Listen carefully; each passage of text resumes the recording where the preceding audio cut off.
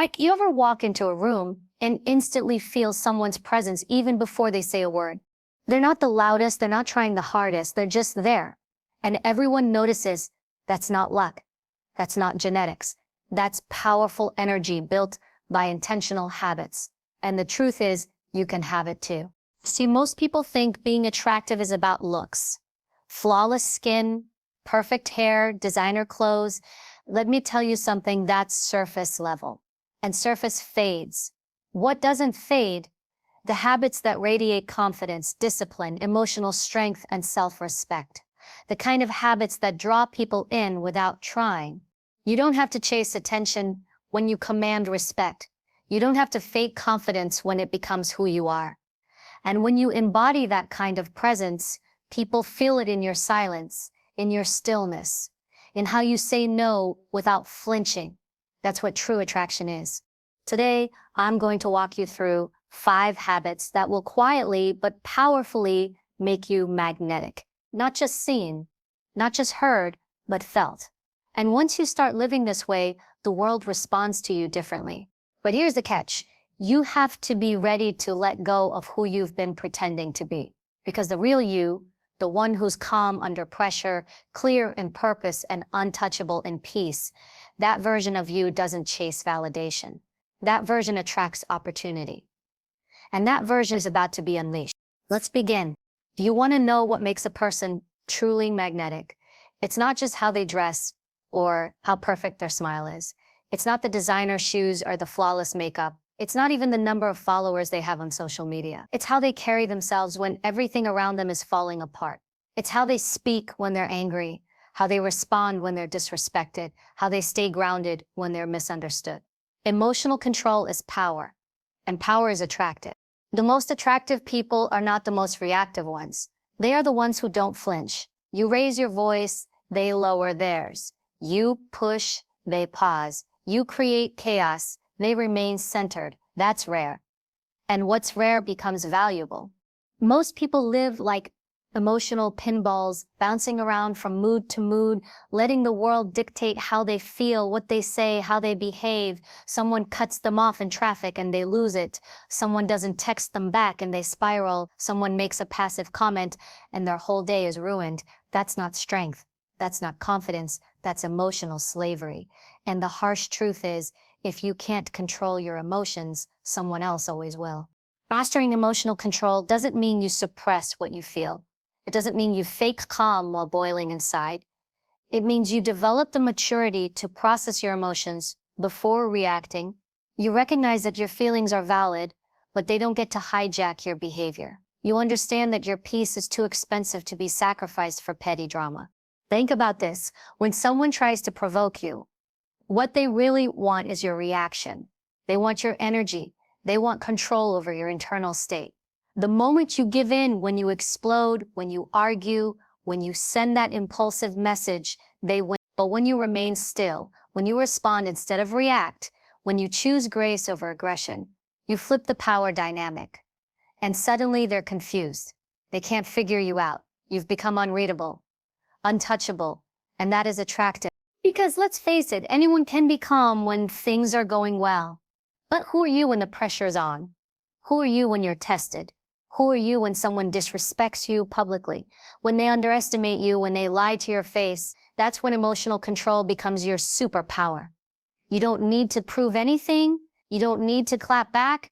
You don't need to match their chaos. You know who you are, and you protect that energy at all costs. This is not about being passive. This is about being powerful. When you control your emotions, you control outcomes. You stay clear-headed, you make better decisions, you speak from strength, not from impulse. You gain respect without demanding it. People learn quickly that you're not someone to play with. Not because you yelled, not because you lost it, but because you didn't. Because you chose self-mastery over self-destruction. Now, let's be real. This kind of control doesn't come naturally. It's a habit, a muscle, and you build it over time. You start by becoming aware. Notice your triggers, pay attention to the patterns, who throws you off, what situations make you react instantly. Once you see it, you can work on it. And then you train yourself to pause. That tiny pause, just 2 or 3 seconds before you respond, can change everything. In that space, you get to choose who you want to be, not who your emotions want you to be, not who your ego wants you to be, who you want to be. You practice breathing, you ground yourself in the moment. You tell yourself, I don't need to respond to everything. You learn to observe instead of absorb. You remind yourself that silence is strength and not everything deserves your reaction. You walk away from conversations that drain you. You disengage with people who live for drama. You protect your peace like it's your last breath. Because without emotional control, you will constantly hand over your power to the wrong people. People who have emotional control are trusted more, they're promoted faster, they're respected deeper. Why? Because in a world that is constantly reacting, they've learned how to respond, and response is rooted in power. They become the rock in unstable environments. They lead when others panic. They listen when others shout. They think before they speak. They don't let external noise dictate their internal narrative. You want to be more attractive? Start by being the calm in the storm. Start by walking into rooms with stillness and clarity. Start by showing the world that your emotions serve you, not the other way around. When you master emotional control, your presence becomes your loudest statement. People notice, people respect it, people remember it. Because true attraction doesn't scream, it doesn't demand, it doesn't beg for attention, it radiates from within. And when you master what's within, you'll never have to chase anything again. The right people, the right energy, the right opportunities, they'll be drawn to you, not because you were loud, but because you were still strong and in complete control of your emotional world. People think attractiveness is about the way you look, but what really sets you apart, what makes people listen to you, trust you, respect you, is the way you speak. The words you use, the tone in your voice, the way you hold a conversation, all of it shapes how others see you. Your communication is your reputation in motion. It tells people what you think of yourself, how deeply you think, how you handle pressure, and whether or not you're someone worth paying attention to. And the truth is, most people speak just to fill silence, not to deliver value. Intentional communication is not about being fancy or trying to sound smart. It's about clarity. It's about purpose. Every word you speak should come from a place of power, not insecurity. Attractive people understand that their words either elevate or diminish their presence. They don't talk to be liked. They don't overshare just to feel seen. They speak because what they have to say carries weight, and if it doesn't, they stay silent. When you speak without intention, you hand over your power. You start rambling, explaining, over-justifying, seeking validation in the form of over-talking, and people pick up on that. They might not say it out loud, but they sense the desperation. They feel the lack of confidence. They see that you haven't mastered your message. But when you speak with intention, every sentence has direction. You pause when necessary. You let your silence land just as hard as your words. And in that stillness, people lean in. They want more. Not because you begged for attention, but because your energy commanded it. Most people underestimate the power of listening, but the best communicators are also the best listeners. You don't have to dominate a conversation to control it. You don't have to talk over someone to make your point. Intentional communicators know when to speak and when to let others speak. They observe. They listen to the words and the silence. They respond with precision, not emotion, and that kind of control, that's rare. That's unforgettable. There's also something incredibly attractive about mystery, not being vague or distant, but being selective. You don't need to share every detail of your life. You don't owe everyone access to your thoughts. Oversharing is often a symptom of insecurity. It's the unconscious belief that if people know more about you, they'll like you more. But the truth is, the more you reveal without purpose, the more power you give away. Intentional communicators understand that less is often more, not because they're hiding, but because they're choosing. Think about the people you admire most. The ones who walk into a room and don't have to say much to be heard. The ones who speak slowly, clearly, and with depth. the ones who make every word matter. That didn't happen by accident. That's a cultivated skill. That's self-awareness in motion. You want people to see you as confident. Start by speaking with conviction. You want to be taken seriously. Stop second-guessing yourself mid-sentence. You want to be magnetic. Say what you mean and mean what you say. Intentional communication is not just verbal, it's how you carry yourself. Your body speaks long before your mouth opens. Are you fidgeting, looking down? Do you shrink your voice when challenged? Or do you stand tall, meet eyes with calm, and articulate your thoughts with strength? Every gesture, every pause, every movement is part of your message.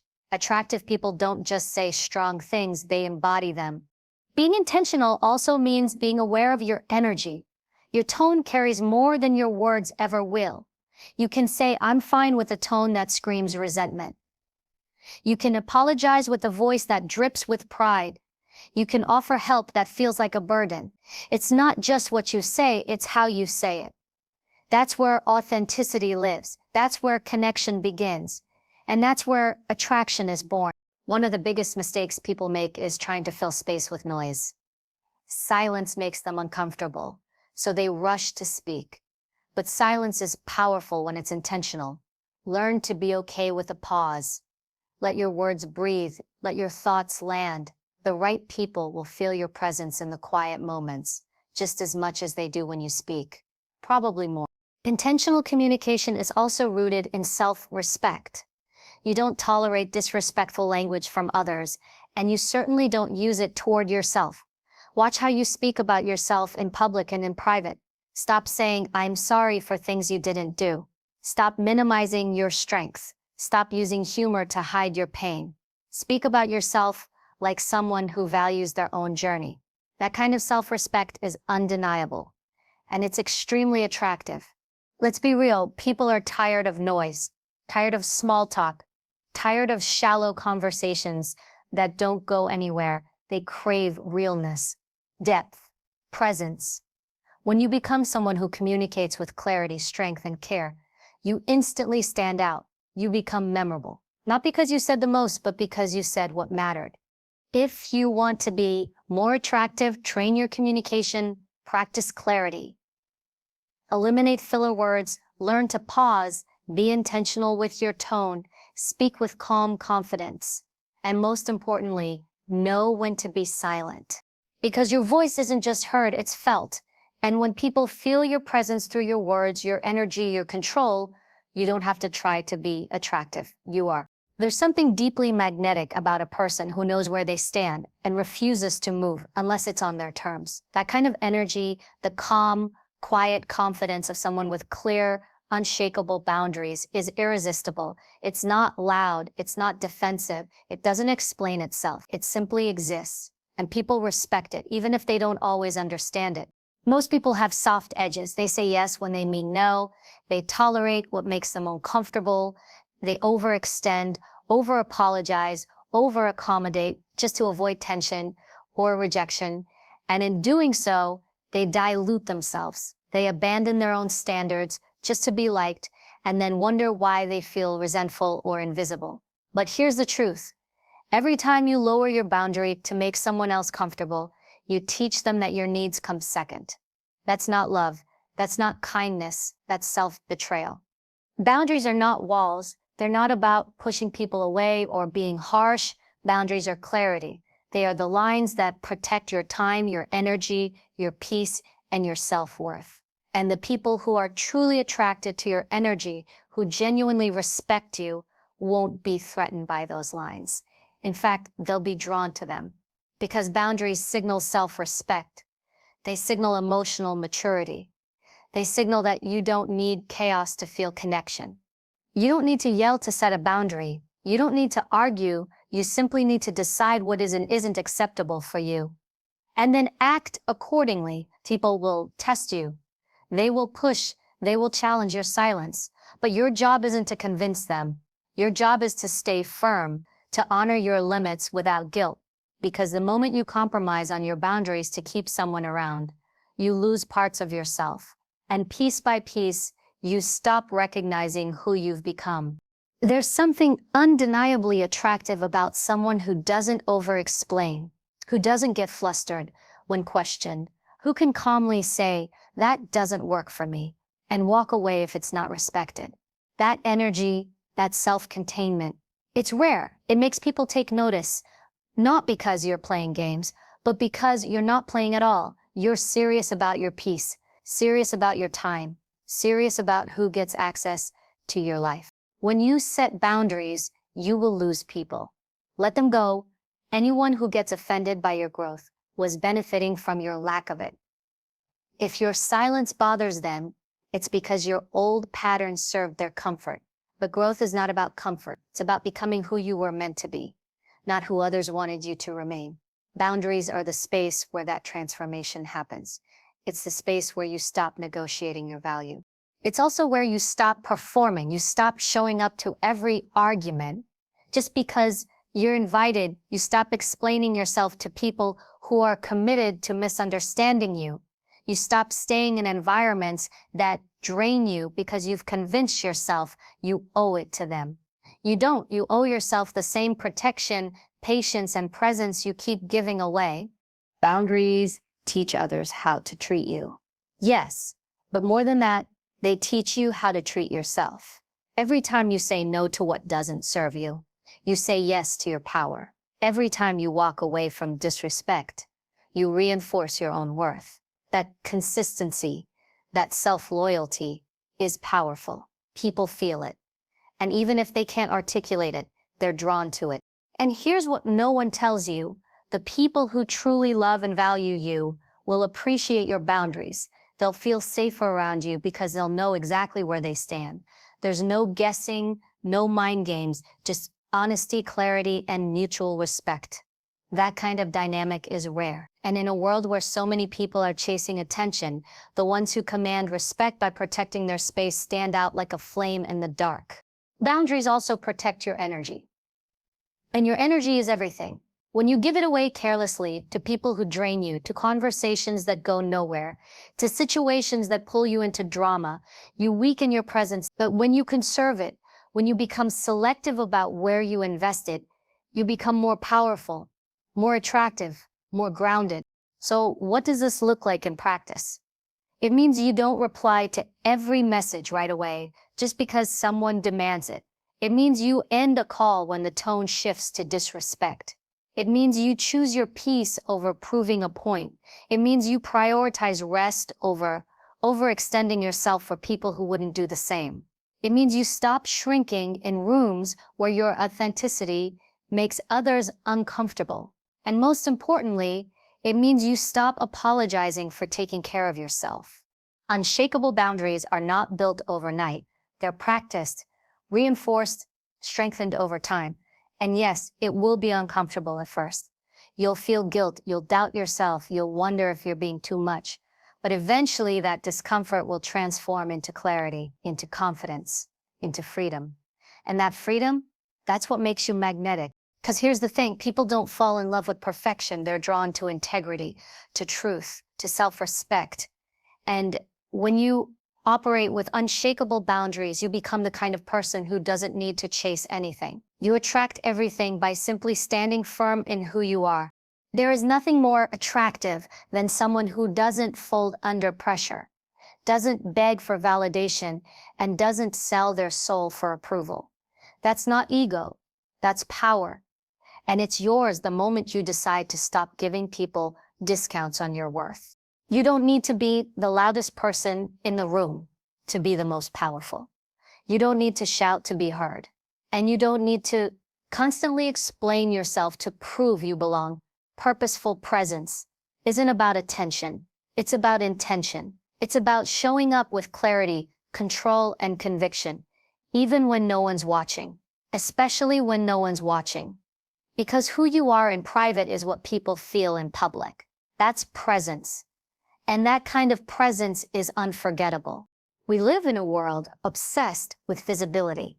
Everyone's trying to be seen, everyone's performing, and in all that noise, the people who stand out are the ones who don't try to be seen. They walk into a room with a quiet confidence that says, "I know who I am, and I don't need you to validate it." That's not arrogance. It's self-awareness. That's not ego. It's grounded energy. And when you cultivate that kind of presence, people notice. They lean in. They feel the difference between someone who's desperate for attention and someone who knows their value. Showing up with presence means your body language speaks before your mouth does. It means your posture is intentional, shoulders back, chin level, feet grounded. It means you look people in the eye, not as a challenge, but as a sign of respect. It means you move with purpose, not rushing, not hesitating, just being fully there. Presence is felt in your stillness, in your ability to pause, in your refusal to be rattled by what's going on around you. Most people don't realize how much of their power they give away by how they enter a space. They slouch, fidget, avoid eye contact, smile too much out of discomfort, or constantly check their phone to avoid being present. But purposeful presence means you understand that the way you carry yourself sets the tone. It tells people how to treat you. It announces who you are before you even speak. And more than that, it tells you who you are. When you walk into a room, don't shrink to fit in. Don't look for permission to be yourself. Don't scan for approval. Walk in like you have something to offer, because you do, even if no one acknowledges it. Even if you're the least experienced, the newest, the youngest, the only, you don't wait to earn presence. You decide to own it.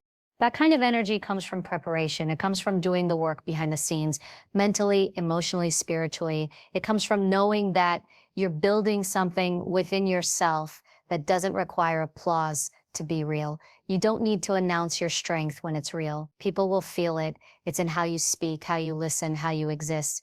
And purposeful presence also means you don't absorb the energy of the room. You set it. You don't mirror other people's anxiety or chaos. You stay grounded in your own frequency. That's how you become the anchor in a storm. That's how you become the calm when things get loud. You're not controlled by the atmosphere. You influence it. Not by forcing, not by dominating, but simply by being rooted. That alone is rare. Presence doesn't mean perfection. It doesn't mean always knowing what to say or never feeling nervous. It means being honest in how you show up, being aligned, not pretending, not performing. There is nothing more powerful than someone who is at peace with themselves. You can feel it in their stillness, in the way they don't try to prove, in how they carry their pain without making it someone else's problem, in how they celebrate others without shrinking themselves, in how they protect their energy like it's sacred, because it is. When you're intentional about how you show up, you stop chasing moments and start creating them. You walk into meetings, conversations, relationships, knowing what you bring to the table. And if there's no seat for you, you don't beg, you build your own. That's presence, that's power. People may forget what you say, but they will not forget how your energy made them feel. Were you scattered? Were you fully present? Did you listen with intention? Did you leave them feeling seen or dismissed? Every interaction is an opportunity to either leave someone more elevated or more depleted. Purposeful presence chooses elevation. It chooses clarity. It chooses grace under pressure. And this is not something you fake. You don't perform presence. You live it. You practice it when you wake up in the morning and decide how you'll face your day. You practice it in how you treat people who can do nothing for you. You practice it when you walk alone, without an audience, and still hold your head high, because you're not doing it for the cameras. You're doing it for your character. Showing up with presence means you stop waiting for the moment to be perfect. You stop waiting for someone to invite you. You stop apologizing for your existence. You start moving like someone who matters because you do. And when you move like that, consistently, something shifts, not just in how others see you, but in how you see yourself. Purposeful presence is magnetic. It's not built on performance. It's built on self-respect. And when that respect is real, you don't have to say a word. People feel it. In how you walk, in how you sit, in how you listen, in how you are. So ask yourself, how are you showing up? When no one's looking, when the stakes are high, when the room is full of noise, because how you show up says everything about where you're going. There's something undeniably magnetic about a person who refuses to settle for less than they deserve, for comfort, for mediocrity. Someone who walks with the kind of confidence that doesn't come from compliments or external praise, but from knowing deep down, I'm becoming someone I'm proud of. That kind of self-assurance is built through relentless self-respect and a commitment to growth, day in and day out, not the flashy kind, not the kind you post about, the kind you earn in silence, in discipline, in consistency. Self-respect isn't just about how you expect others to treat you. It's about how you treat you. It's about how you talk to yourself when no one else is around. It's about the promises you keep to yourself, the ones no one sees but shape everything about you. You say you'll get up early and train, do you? You say you'll stop texting someone who disrespects you, do you? You say you're going to finally put yourself first. Are you? Because the truth is, every time you break a promise to yourself, you chip away at your own power. And every time you keep one, no matter how small, you reinforce your identity. You remind yourself, I'm someone I can count on. That's where real confidence lives. Self-respect shows up in your standards, in what you allow, in who you allow. You stop entertaining half-effort energy. You stop justifying bad behavior. You stop hoping people will change, and instead you change how you respond. And when people see that you don't flinch, when they realize you don't argue your worth or negotiate your boundaries, that's when they respect you. That's when they take you seriously, because you take yourself seriously. And here's what most people don't want to hear. Growth is uncomfortable. It means unlearning everything that kept you small. It means shedding old versions of yourself that were created for survival, not success. It means walking away from people who were comfortable with the lesser version of you.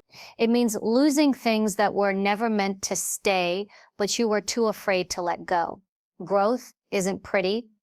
It's gritty, it's quiet, it's lonely sometimes. But it's necessary, because without it, you'll keep repeating the same patterns with the same people, living the same life, calling it fate. It's not fate, it's fear disguised as familiarity. You grow by doing the hard things, by showing up when you don't feel like it, by having the hard conversations, by facing your flaws without shame, by holding yourself accountable. And not in a toxic, self-critical way, but in a powerful, compassionate way that says, I love myself too much to stay here. You stop waiting for motivation and rely on discipline. You stop being reactive and start being intentional. You stop seeking external validation because you've started validating yourself. People with relentless self-respect move differently. They don't seek attention, they attract it. They're not loud, but they're noticed. They don't need everyone to like them because they like themselves. And that energy, it's rare. It's the kind of energy that makes people wonder what you've been through, how you built that strength, how you stayed grounded through the storm. And the answer is simple. You decided you were worth more. And then you back that up with action every single day. This kind of growth isn't linear. There will be setbacks, there will be days when you fall into old patterns, but you don't let that define you. You course correct. You forgive yourself, but you don't excuse yourself. You rest, but you don't quit. You remind yourself that every step, even the smallest one, is movement. And movement creates momentum. And momentum becomes transformation. Self-respect also shows up in how you allow others to love you. You stop settling for being almost enough, for someone who can't even meet you halfway. You stop begging for clarity. You stop twisting yourself to fit into someone else's mold. You realize that love that requires you to shrink isn't love, it's control. And you refuse to be anyone's project, placeholder, or emotional dumping ground, because you've learned to fill your own cup. And now you only allow people in your life who pour into it, not poke holes in it. You don't wait until you've arrived to respect yourself. You respect yourself on the way there, while you're building, while you're healing, while you're still figuring things out. Because self-respect isn't earned when you succeed. It's built when you decide to try. It's built when you choose discipline over comfort, when you speak kindly to yourself, when you set boundaries, even when they hurt, when you show up with integrity, even when no one's watching. Growth also means becoming emotionally intelligent. It means learning to regulate, not suppress, to process, not project, to communicate, not lash out. It means healing your wounds so you don't bleed on people who didn't cut you. It means having enough humility to know you don't know everything and enough hunger to keep learning. Relentless self-respect and growth don't make you perfect. They make you powerful. They turn you into someone who is constantly evolving, not to prove anything to anyone, but because you know you were meant for more. You become grounded, focused, intentional, and that energy makes you glow in a way no amount of makeup, money, or status ever could. You want to be more attractive? Start by becoming someone you admire, someone you trust, someone who shows up for themselves no matter what. That's what makes you irresistible, not just to others, but to your own future. Because when you operate from a place of deep self-respect and relentless growth, you become the kind of person who doesn't chase, you choose. And that energy, that's the most powerful attractive force there is. Let me leave you with this. Attractiveness isn't something you chase. It's something you become. It's not about what you wear, who notices you, or how many people compliment you. It's about your energy, your boundaries, your discipline, your self-respect. It's how you carry yourself when no one's watching. It's how you speak when you're under pressure. It's how you show up for yourself every single day, even when it's hard, even when no one claps. The most attractive people are not trying to impress anyone. They're not performing. They're not shrinking. They are living in alignment. They're clear, grounded, focused, and that kind of energy doesn't just walk into a room, it shifts it. So if you want to be more attractive, don't ask, how do I make people like me? Ask, how do I become someone I respect? Because when you respect yourself, protect your peace, control your emotions, speak with intention, and keep growing relentlessly, you don't have to beg for attention.